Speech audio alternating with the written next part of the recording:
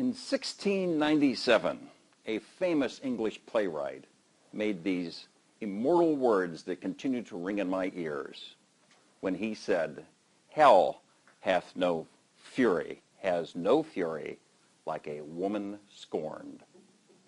That message rings in my ear today. Today, it's even worse.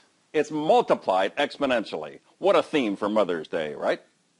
I was out. Let me tell you a couple stories. I was out drinking with some friends the other night.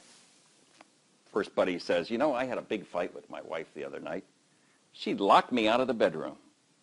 How could anyone do that? The poor guy sleeping on the couch. The other guy admitted, he said, "I also got into a big fight with my wife.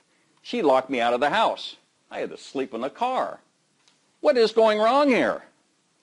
And then I shared my story. I said, "Well, I hate to admit it, had a big fight with my wife. But when it was all over, she came crawling back on all fours."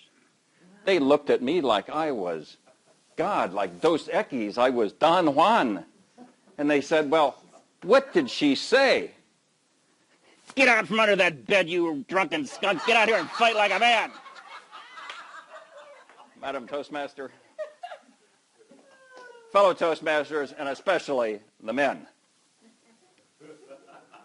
What's been going wrong here?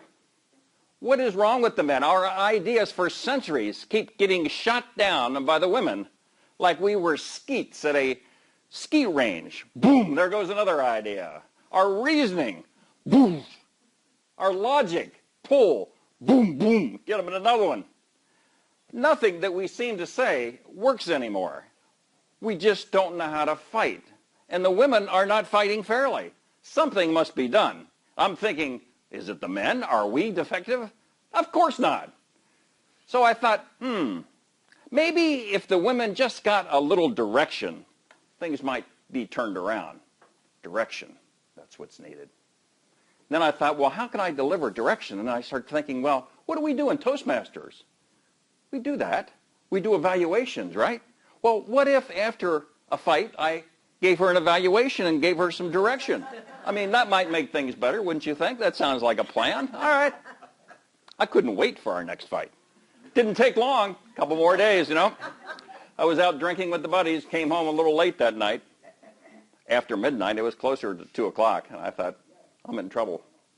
I walked up to the house, the lights are out. Doormat's been removed. Welcome, not there. Maybe I can sneak in the door and get down into the covers and she'll not know that I've been gone for a long time. When I opened that door very slowly, every light in the house came on, inside and out, and even some additional lights, and the alarm goes off. And I heard this scream come out. I couldn't even see from the lighting. "Have you lost your mind?" I couldn't believe it. There she was, screaming at me. This went on for at least 10 minutes. And I thought, wait a minute, don't panic. You've got a plan. Remember what you're going to do. And I listened. I listened very well, intently. I even pulled out a piece of paper and I took some notes. It was spectacular. And then she looked at me and she says, "So, what do you have to say for yourself?" All right, there's my cue. I took a deep breath. "Honey, that was a great performance. I mean to tell you tonight, that was spectacular. You did some things that were just beyond belief. And I know that you want to hear about those, which I will give you. And also, on the other hand, those things that you perhaps could improve upon, that you would like to hear about. I mean, we all want to get better at what we do, and I would like to provide you with some direction here today." First of all, let's talk about what you did well. You started with a question. That was a great technique. We've learned that. You started with, "Have you lost your mind?" I was checking my head to make sure it was still attached, because we know a mind is a terrible thing to lose. Great technique. Provocative question to begin. The body language was superior. You had every moving part in play. I mean, at one point when I looked at your eyes, I thought I saw a skull and I saw flames and lightning bolts coming out of your eye sockets. I was afraid your head was going to catch fire. I was concerned for your life, and inside maybe a little concern for my own life as well. The use of the props was outstanding. When you threw that vase that I gave you for our anniversary and it hit the wall and shattered in 100 pieces, I was engaged. I was paying attention. You had my full attention. Those things perhaps now that we can improve upon. Stay on topic. Stay on topic. You were berating me for being late, but yet it got very confusing, and I kind of lost track when you started talking about my friends and my job and kicking my dirty laundry around on the floor and the beer cans. So I really kind of lost focus. I wasn't sure where you were going with all that. So always remember, stay on topic when you're giving a speech. Also, the time. You went over 10 minutes. I tried to help when you went over, but you were so angry that, you didn't see the warning. But I tried to help you. So keep on time. 5 to 7 minutes is the maximum. Vocal variety is very important. Vocal variety. You were at the screaming level the entire time.